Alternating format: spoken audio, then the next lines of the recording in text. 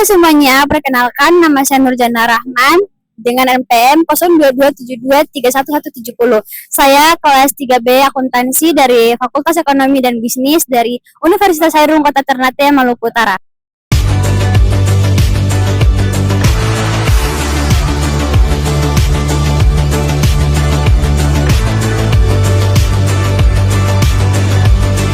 Nah, sekarang ini saya sedang berada di lokasi BSI Bank Syariah Indonesia yang terletak di depan Jatiland Mall. Nah, sekarang saya sedang bersama dengan salah satu nasabah BSI Indonesia yang dimana saya akan mewawancarai terkait dengan Bank BSI. Jadi, oke, mari kita ke narasumber saya langsung.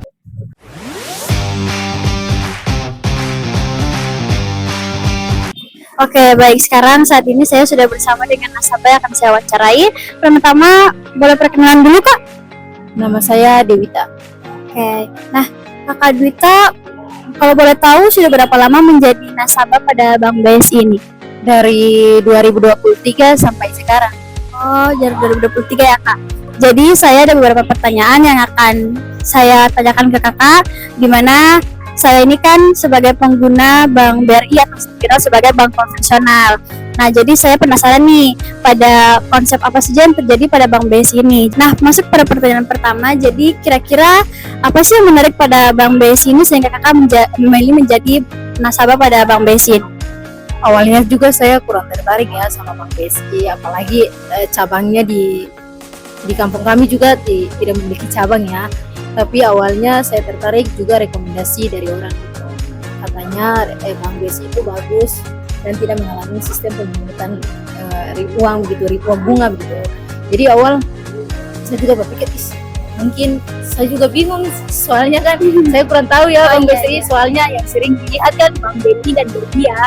Tapi terus saya kayak lihat di sosial media begitu, katanya kalau di Bank BSI itu kan dia juga memungut sistem bunga ya.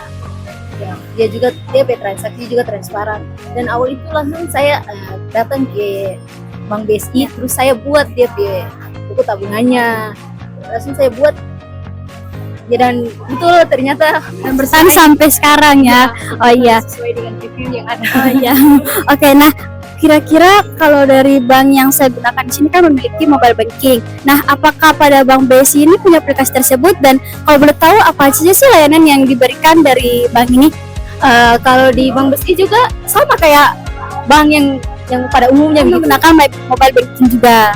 Iya betul. Dia juga menggunakan itu, dan transaksinya juga biasa kan transfer atau menerima transferan, terus bisa beli pulsa juga. Ada banyak sih. Oh, berarti sama nih dengan bank-bank lainnya kayak Bank BNI, Mandiri, BRI. Oke. Nah, jadi kalau misalnya nih Bank BSI ini kan tadi kan kakak bilang di mana mereka menggunakan hukum-hukum Islam ya. Nah, kira-kira apa sih yang tidak diperbolehkan oleh Bank BSI? Karena saya juga pengen tahu nih. Jadi apa saja sih yang tidak diperbolehkan oleh Bank BSI ini? Nah, itu sistem pungutan tuh yang uang riba, yang bunga itu ya. Tidak kan di BSI juga namanya adanya bagi hasil, gimana kan uang keuntungan itu dibagi bersama. Kalau di bank lain mungkin tidak tahu ya, soalnya saya juga kurang tahu karena saya juga masih baru juga pengguna begitu ya.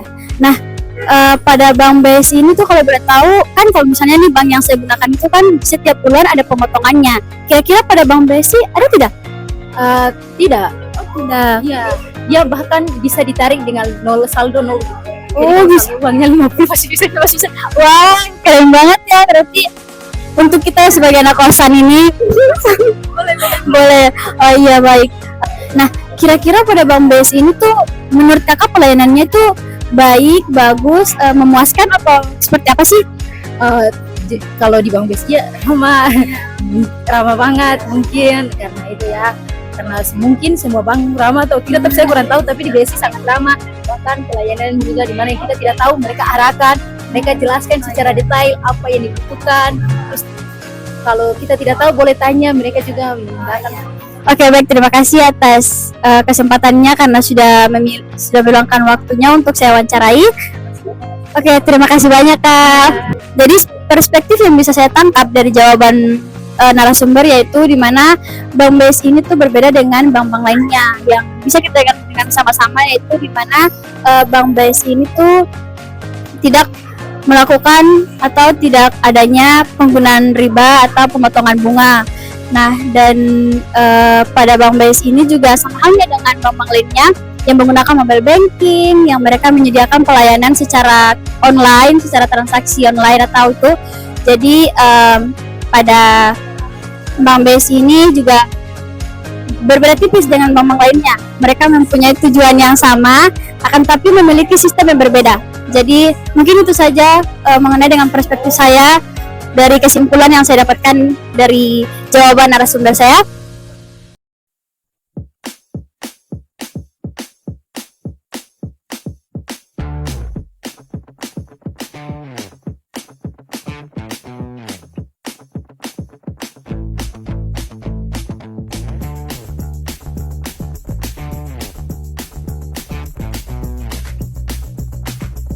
Oke, baik. Jadi di sini saya akan menjelaskan perbedaan antara ekonomi syariah dan konvensional.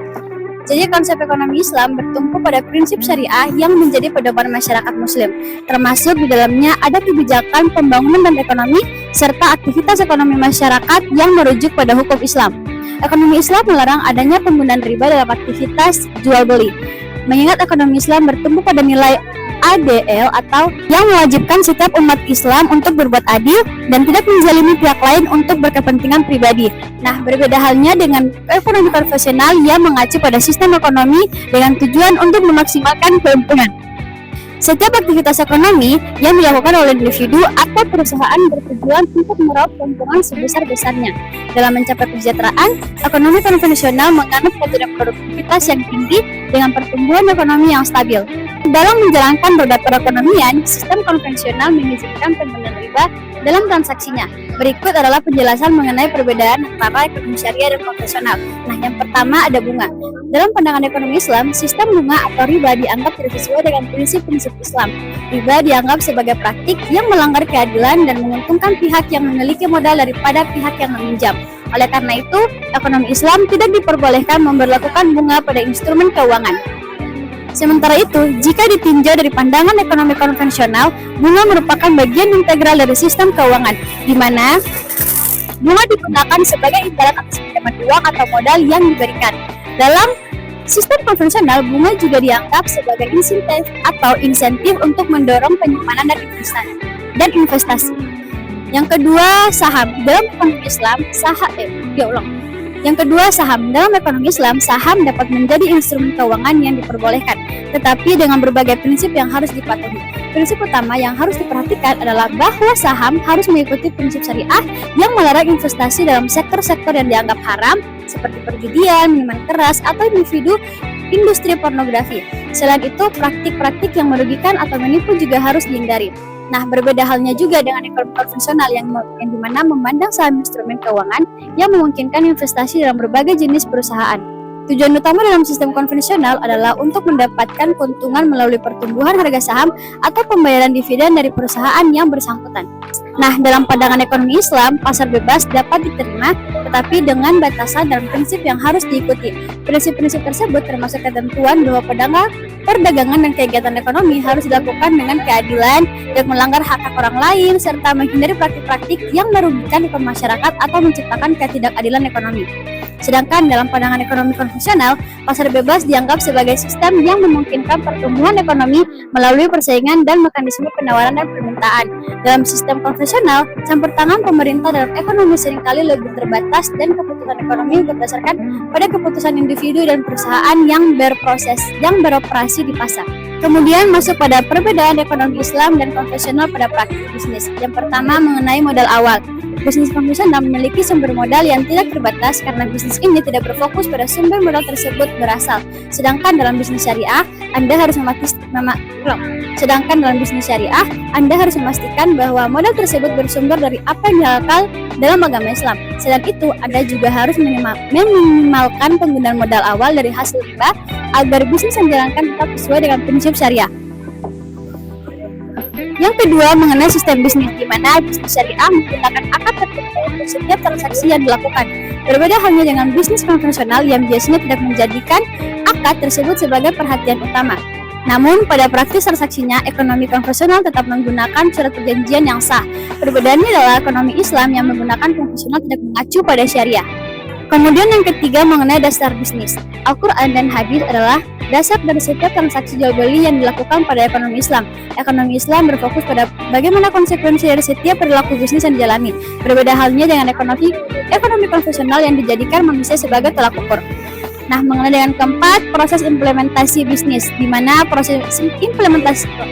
Nah, yang keempat mengenai proses implementasi bisnis, di mana di sini merupakan ekonomi konvensional mengacu kepada aturan-aturan yang dianggap benar oleh manusia saja.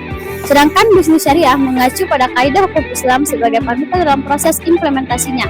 Kemudian ekonomi syariah juga melarang jenis produk yang dianggap merugikan manusia, seperti minuman keras, babi, narkoba, hasil korupsi, barang curian, barang selundupan, dan hal-hal lain yang diharapkan oleh Islam. Kemudian yang kelima, cara memperoleh keuntungan, di mana bisnis konvensional berfokus untuk menghasilkan keuntungan sebanyak-banyaknya, sedangkan bisnis syariah lebih memperhatikan aspek manfaat serta kaidah agama Islam, sembari memperoleh imbalan dari hasil kegiatan usaha. Dalam sektor perbankan, keuntungan bisnis konvensional dapat diambil dari bunga. Lain halnya dengan bisnis syariah yang memiliki sumber dengan keuntungan dari sistem bagi hasil. Selain itu, aktivitas jual beli dalam bisnis syariah tidak hanya berfokus pada keuntungan semata, tetapi juga menjadi bentuk ibadah kepada Allah Subhanahu wa Ta'ala. Ya, baik, mungkin itulah mengenai tentang materi perbedaan ekonomi syariah dan bank konvensional.